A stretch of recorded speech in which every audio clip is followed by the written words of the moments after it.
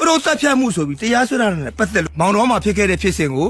ကျွန်တော်ကသွားရောက်ကူညီခဲ့သူတဦးအနေနဲ့ကျွန်တော်မြင်တွေ့ခဲ့ရတာတွေမောင်တော်တွေသားတွေမှာဘသူတွေကစပြီးတော့ဒီလိုဖြစ်ခဲ့တယ်ကျွန်တော်တို့ရောက်သွားပြီးကျွန်တော်တို့ကိုယ်တိုင်ကြုံခဲ့ရတဲ့အန်ဒီရယ်တွေပြောပြချင်တယ် ICJ မှာဂမ်ဘီယာဘက်ကတင်ပြချက်တွေကမှန်ကန်မှုမရှိတယ်လို့တပ်သေးတွေနဲ့တင်ပြသွားမယ်လို့စစ်တပ်ထောက်ခံသူဝီလူကျော်က live လွှင့်ပြီးပြောကြားလာပါတယ်။နိုင်ငံတကာတရားရုံး ICJ မှာမြန်မာစစ်တပ်ရင်ဆိုင်နေရတဲ့ရိုဟင်ဂျာလူမျိုးတုံးတပ်ဖြတ်မှုနဲ့ပတ်သက်ပြီးစစ်တပ်ဘက်ကကျူးလွန်ခဲ့တာမရှိကြောင်းတပ်သေးတွေနဲ့ရှင်းပြသွားမယ်လို့စစ်တပ်ထောက်ခံသူဝီလူကျော်ကသူရဲ့လူမှုကွန်ရက်စာမျက်နှာ TikTok ကနေတဆင့်ပြောဆိုလာတာဖြစ်ပါတယ်။စစ်တပ်ကကျူးလွန်တဲ့လူခွင့်ရေးချိုးဖောက်မှုတွေနဲ့ပတ်သက်ပြီးခိုင်လုံတဲ့ထောက်ထားများစွာရှိနေပေမဲ့ဝီလူကျော်ကတော့စစ်တပ်ရဲ့လုပ်ရက်တွေကိုကာကွယ်ဖို့အတွက်အခုလိုထွက်ပေါ်လာတာပါသူကမြေပြင်အခြေအနေတွေကိုတက်တည်ထောက်ထားနေတဲ့ကွာရှင်းပြသွားမယ်လို့ဆိုနေပေမဲ့ဒါဟာစစ်ကောင်စီရဲ့အပြည်ပြည်ဆိုင်ရာဖိအားတွေကိုရှော့ချဖို့ကြိုးပမ်းနေဝါဒဖြန့်မှုတစ်ခုသာဖြစ်တယ်လို့တော်လိုင်းအင်အားစုတွေကရှုမြင်သုံးသပ်ကြပါတယ်ရခိုင်ပြည်နယ်အတွင်းရိုဟင်ဂျာတွေပေါ်စစ်တပ်ကလူမျိုးတုံးတပ်ဖြတ်မှုတွေကျူးလွန်ခဲ့တယ်ဆိုတဲ့ဆွဆွဲချက်နဲ့ဂမ်ဘီယာနိုင်ငံရဲ့တရားစွဲဆိုထားတဲ့အမှုကိုအပြည်ပြည်ဆိုင်ရာတရားရုံး ICJ မှာကြားနာနေပြီးဒီနေ့မှာတပ်တွေထွက်ဆိုချက်တွေကိုကြားနာသွားမှာဖြစ်ပါတယ်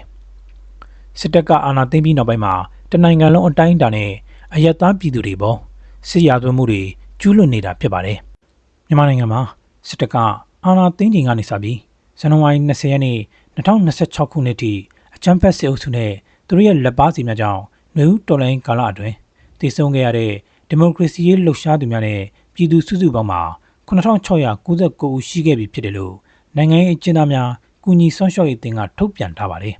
။အခုချိန်မှာတော့ရပ်သားပြည်သူတွေပေါ်ရာဇဝတ်မှုတွေကျူးလွန်နေတဲ့စစ်တပ်ကိုဝေလူကျော်လို့စစ်တပ်ဘက်တော်သားတွေရှစ်ထွက်ကာကွယ်ပေးလာတာကိုတွေ့ရပါတယ်။ဝေလူကျော်ဟာပရိုက်တာအမိခံကစစ်တပ်နဲ့ပေါင်းပြီးကိုကျိုးစီးပွားရှာဖွေနေသူဖြစ်လေဝေဖန်မှုများရှိခဲ့တယ်လို့ကာမလိမ်လည်မှုဖြင့်တရားစွဲဆိုခံခဲ့ရမှုတူဦးလည်းဖြစ်ပါတယ်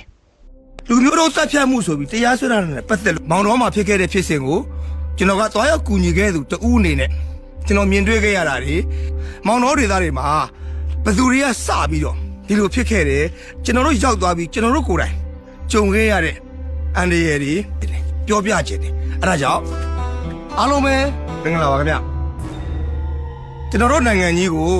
ဂမ်ဘီယာနိုင်ငံကနေပြီးတော့ဂျီနိုဆိုက်ပေါ့နော်ကျွန်တော်တို့လူမျိုးတို့တပ်ဖြတ်မှုဆိုပြီးတရားစွဲတာနဲ့ပတ်သက်လို့ကျွန်တော်ပြောစရာလေးတွေရှိလာလို့ပါ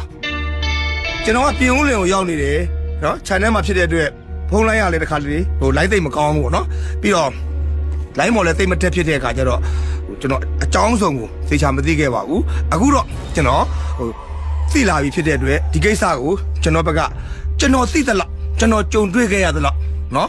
်ဒီပြဿနာနဲ့ပတ်သက်လို့ကျွန်တော်ရှင်းပြခြင်းတယ်ပြောပြခြင်းတယ်အဲ့ဒါကြောင့်ကျွန်တော်ဒီဗီဒီယိုဖိုင်လေးကိုနော်လုပ်လိုက်ရခြင်းဖြစ်ပါတယ်ဟုတ်လားကျွန်တော်တို့ဒီကိစ္စဘယ်ရစခဲ့တယ်လဲဘသူတွေကစခဲ့လဲဘာမှဖြစ်ခဲ့တာလဲပေါ့နော်နံပါတ်1ဒီကိစ္စတွေဟာ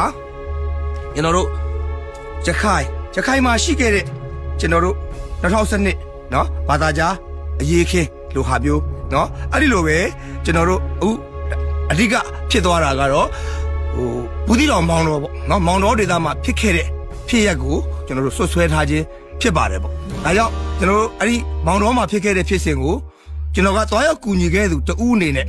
ကျွန်တော်မြင်တွေ့ခဲ့ရတာတွေကျွန်တော်ကြုံတွေ့ခဲ့ရတာတွေကျွန်တော်တို့ပြန်ပြောပြတာတွေနဲ့ပတ်သက်ပြီးကျွန်တော်ကပြောပြခြင်းတယ်ဗျဒါကြောင့်ကျွန်တော်ဒီဗီဒီယိုလေးကိုရိုက်ကူးဖန်တီးခြင်းဖြစ်ပါတယ်နော်အဲ့လိုသွားပြီးကူညီခဲ့တဲ့နေရာမှာဖြစ်စဉ်ပြီးချင်းကျွန်တော်တို့5ရက်အတွင်းကျွန်တော်တို့အဲ့ဒီကိုရောက်သွားခဲ့တယ်အဲ့ဒီထဲမှာလည်းကျွန်တော်ရဲ့မမောင်သက်ကျွန်တော်တန်ငယ်ချင်းနောက်တစ်ခါစေဝင်းတန်းကျွန်တော်တို့ရန်ကုန်ကနေကျွန်တော်3ရောက်သွားတယ်ဒီလိုပဲကျွန်တော်တို့ရခိုင်စစ်တွေရနေပြီးတော့ဆရာဝေဟင်အောင်เนาะစာရေးဆရာဝေဟင်အောင်ပြီးတော့အန်သာကြီးเนาะအမ်းမြို့မှာနေတဲ့ရခိုင်အမ်းမြို့မှာနေတဲ့အန်သာကြီးကျွန်တော်တို့တွေဟာအဲ့ဒီနေရာကိုအစောလင်ဆုံးရောက်သွားခဲ့တဲ့အဖွဲ့ထဲမှာပါတယ်ပေါ့เนาะကျွန်တော်တို့တွေကြုံတွေ့ခဲ့ရတဲ့အကြောင်းအရာတွေဘယ်လိုတွေဖြစ်ခဲ့တယ်မောင်တော်တွေသားတွေမှာဘသူတွေကစပြီးတော့ဒီလိုဖြစ်ခဲ့တယ်ဆိုတာကိုကျွန်တော်တို့အဲ့ဒေသမှာရှိနေတဲ့နေထိုင်တဲ့သူတွေ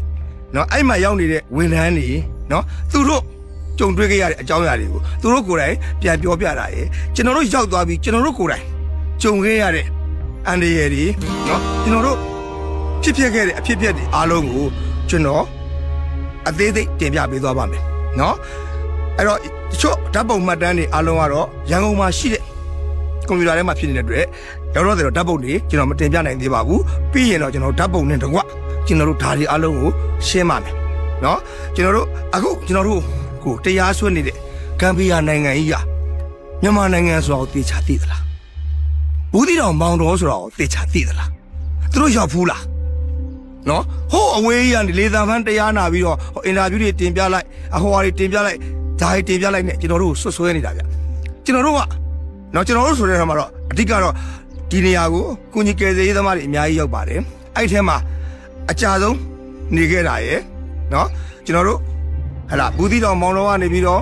ကျွန်တော်တို့ရှိတဲ့ကျင်းချောင်းနော်အဲ့ရလူတွေကယ်ထုတ်ခဲ့ရတာတွေနော်ကျွန်တော်နေဆက်လုံးဝလက်ချက်စီယိုးမှာရှိတဲ့တောင်ပြိုလက်ဝဲတို့ဗန်ဒူးလာဆိုတဲ့ရွာတွေထိကျွန်တော်ရောက်ခဲ့တယ်ဒီအကြောင်းအရာတွေရယ်နောက်ပြီးတော့အဲ့ဒီရွာတွေမှာအဲ့လိုဖြစ်စဉ်တွေမှာခုနအထီးကယုံဖြစ်အောင်ဟလာကျွန်တော်တို့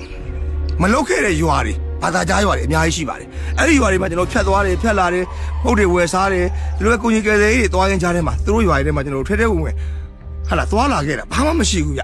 နော်အဲ့တော့အဲ့ဒီဒေသမှာနေထိုင်နေကြတဲ့နေရင်းသွဲလူတွေနဲ့နော်နေရင်းသွဲဘာသာကြားတွေနဲ့အခြားဖြစ်သွားတဲ့အဖြစ်ပေါ်မှာပါတဲ့ရွာတွေနဲ့ဘလို့ကွာခြားလဲဆိုတာနောက်ပြီးတော့လူဦးရေပောက်ကွဲမှုဖြစ်တဲ့အဲ့ဒီရွာတွေပေါ့နော်ကျွန်တော်အိမ်တဲကိုကြည့်လိုက်မယ်ဆိုလို့ရှိရင်အိမ်ကတော့ခတ်သေးသေးပဲအဲ့ထက်မှလူ340 50နေတယ်ဗျအဲ့ဘလို့တွေနော်လူတွေကနေကြသလဲဆိုတာတွေကိုကျွန်တော်သိရှိခဲ့ရသလား